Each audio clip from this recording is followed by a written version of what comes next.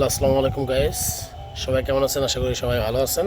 আমি মোহাম্মদ আরিফুল ইসলাম চলে এসেছি আপনাদের মাঝে। আমার যে ছোটো গাড়িটা দেখানোর জন্য বলছিলাম আপনাদের, সেই গাড়িটা চলে আসছে, মালিক নিয়ে আসছে। দুটা গাড়ি একটা একসাথেই। ওই হচ্ছে ওইটা আগেরটা, আর এই হচ্ছে সেই ছোটো গাড়িটা। এই হচ্ছে রিমোট।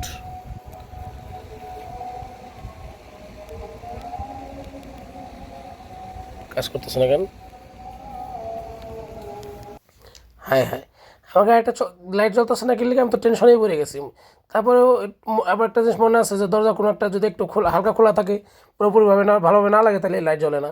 সেজন্য আমি প্রত্যেকটা গেট চেক করতেছিলাম। হ্যাঁ, এই যে দরজাটা খোলা ছিল, লাগাইলাম। এখন আমি লাইট জ্বলবো, অবশ্যই লাইট জ্বলবো। এখন দেখেন, এই তো ও ও লাইট জ্বলতেছে না। কি হলো আবার? এখন তো পিছিয়ে মনে হয় ব্যাগডালাটা খোলা আছে, না যাই চেক করে দেখি ব্যাগডালাটা খোলা আছে কিনা। আরে না, তো ব্যাগডালা তো ঠিকই লাগানো আছে, ব্যাগডালা তো খোলা না। তাহলে কে এলো? সামনের দরজাটা আবার একটু খুলে লাগাই দিই। হ্যাঁ, লাগাইলাম। ট্রাই করি। ট্রাই করলে তো এখনও কাম হইতেছে না। তাহলে কী করা যায়? কী হইলো? আহ গেট খোলার সময় মনে করো টুনটুন সাউন্ড শুনলাম। হয়তো চাবি মালিকেরটা ভিতরে রেখে গেছে, গাড়ির ভিতরে একদম চাবি কি হোলের ভিতরে রেখে গেছে মনে হয়। তাহলে একটু চেক করা উচিত আমার এখন। ঠিক আছে, চলেন যাই। তাহলে আমি গাড়ির সামনেটা খুইলা চেক করে দেখি। হ্যাঁ, আয় হায়, এই তো মালিকের চাবি রেখে গেছে, এর লেগে তো সমস্যাটা হইতেছে। এই সমস্যাটা আমার মনে আসলো না যে কি হোলের মধ্যে যদি কোনো গাড়ির চাবি থাকে, তাহলে আরেকটা চাবি দিয়ে আপনি লাইট জ্বালাতে পারবেন না। ওইটা হইব না, কারণ গাড়ির ভিতরে অলরেডি এই চাবিটা এন্টার করা হয়েছে। চলেন এখন আমরা বাইরে থেকে আবার ট্রাই করে দেখি, নিশ্চয় জ্বলবে এবার।